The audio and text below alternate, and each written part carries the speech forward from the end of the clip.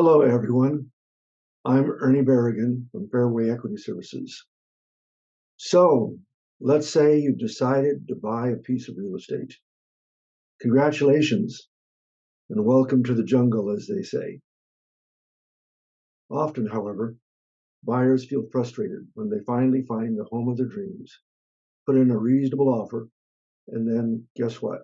It gets rejected. Why does this happen so often? Here's the answer.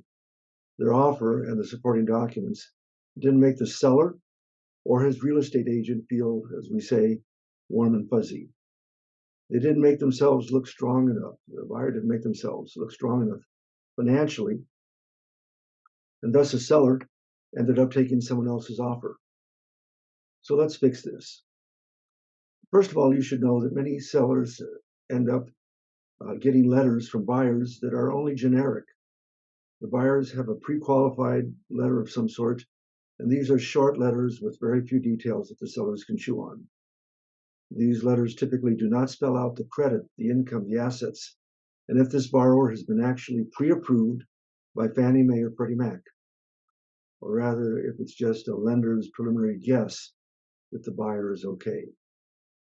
Now, we're going to ask you to please take a look at this pre-qualified letter here I'm going to share on my screen. Notice that it gives tons of details without giving away confidential information. We want to share what we can, but not give away the store. This lays out the program, the loan amount, the whether or not Fannie Mae or Freddie Mac, as you can tell here, have approved the loan with an actual findings and the findings number or case number from Fannie Mae or Freddie Mac. It also shares the 3 credit scores from the credit report from Equifax, Experian, and TransUnion, and gives a credit summary, whether there was any problems, any public records, if there was any derogatory items, and so forth. It also gives a job history and the debt ratios. These are critical because the debt ratios will tell an experienced real estate agent if this is a good buyer or not. It lays out the overall history, job history of the person who's trying to purchase a home.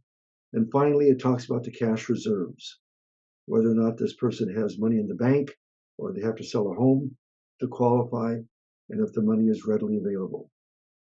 These kinds of items shown on our pre-approval letters really make a difference when you go to purchase a home. What we want to mention is when a seller sees this kind of letter, along with the actual purchase agreement, they know that this buyer is legit, is ready, willing, and able to buy. The seller and his agent now feel very good about your offer. These kinds of letters usually are the final push that's needed by the seller to make his decision to accept your offer.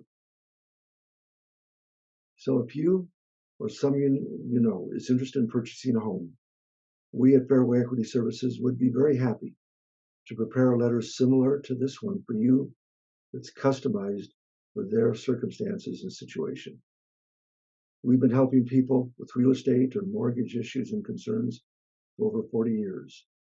We have the expertise and the years of experience and the multitude of programs needed to help you, your friends and relatives, and your business associates if they ever have a question or real need when purchasing a piece of real estate. This is Ernie Berrigan at Fairway Equity Services, and thank you for your time.